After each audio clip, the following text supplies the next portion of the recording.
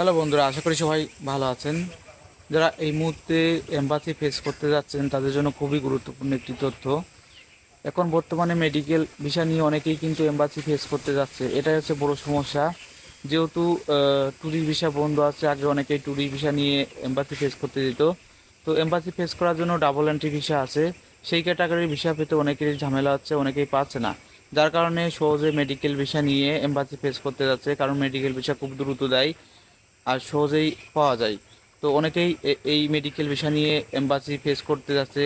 যারা দিল্লি যাচ্ছে বিমানে বা ফ্লাইটে যাচ্ছে, যারা তাদেরকেও কিন্তু দিল্লি ইমিগ্রেশনে খুব ঝামেলা করছে মেডিকেল ভিসা নিয়ে, যারা এম্বাসি ফেস করার জন্য যাচ্ছে। যখন মেডিকেল ভিসা নিয়ে আপনি এম্বাসি ফেস করতে যাবেন, তখন কিন্তু আপনার বিষয় নিয়ে অনেকটা ভাবাভাবি করবে বা অনেক ক্ষেত্রে বুঝতে পারে, হয় যাওয়ার সময় বুঝতে পারে, না হলে আসার সময় বুঝতে পারে।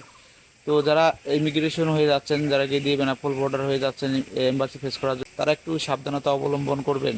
কারণ এম্বাসি ফেস করার পর আপনি যখন ফেরত আসবেন, তখন কিন্তু তারা বুঝতে পারে বা আপনার অনেক ডকুমেন্ট চেক করতে পারে। যেমন আপনার ওষুধের কাগজপত্র চেক করতে পারে, বা আপনি কোন ডাক্তারের ডিপার্টমেন্ট নিয়ে গিয়েছিলেন, সেখানে আসলে ট্রিটমেন্ট হয়েছেন কি না হয়েছেন, এই সব ব্যাপারে অনেক ব্যাপারে কিন্তু আপনার চেক করতে পারে বা অনেক কিছু জিজ্ঞেস করতে পারে।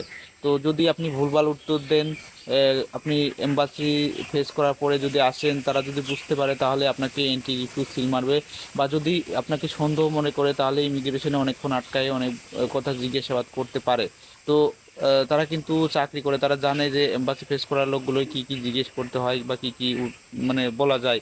আপনি কথায় একটু উল্টোপাল্টা করলে আপনাকে কিন্তু এন্ট্রি রিফিউজ সিল মারবে, ভবিষ্যতে আপনি ইন্ডিয়ায় আর যেতে পারবেন না। এই মুহূর্তে অনেকেই কিন্তু এই কাজটি করছে, মেডিকেল ভিসা নিয়ে এম্বাসি ফেস করতে আছে। সে দিল্লি এয়ারপোর্ট হয়ে যাক আর যদি বেনাপোল বর্ডার হয়ে যাক, যে কোনো পাশ দিয়ে গেলেই ইমিগ্রেশনে কিন্তু ঝামেলা করতে পারে। কারণ তারা মানুষ দেখে কিন্তু বুঝতে পারে যে আসলে এম্বাসি ফেস করতে যাচ্ছে বা অন্য কোনো কাজে যাচ্ছে। যদি আপনি এম্বাসি ফেস করতেও চান, তবে সাবধানতা অবলম্বন করবেন। কারণ এই মুহূর্তে ডাবল এন্ট্রি ভিসা নিয়ে অনেকেই কিন্তু যাচ্ছে না বা পেতে ঝামেলা আছে।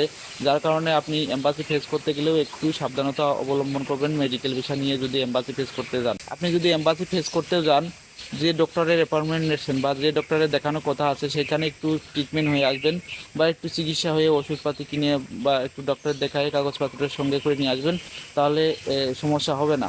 আর যদি না করেন, আপনি এম্বাসি ফেস করে সরাসরি চলে আসেন, ঝামেলা হতে পারে। তো যাই হোক, যারা এম্বাসি ফেস করতে যাচ্ছেন তাদের জন্য কিন্তু একটি সতর্কতা বার্তা। এখন নতুন করেও ঝামেলা আছে, যেহেতু ট্যুরিস্ট ভিসা নিয়ে আগে অনেকে এম্বাসি ফেস করতো, ডাবল এন্ট্রি ভিসা পেতে সমস্যা আছে, মেডিকেল ভিসা সহজে নিয়ে এম্বাসি ফেস করছে। এই বিষয় নিয়ে অনেকেই সমস্যায় পড়েছে, যার কারণে ভিডিওটি করা। ভিডিওটি ভালো লাগলে অবশ্যই লাইক, কমেন্ট, শেয়ার করবেন আর পেজটি ফলো করে দেবেন। আর চ্যানেল থেকে দেখলে অবশ্যই চ্যানেলটি সাবস্ক্রাইব করবেন।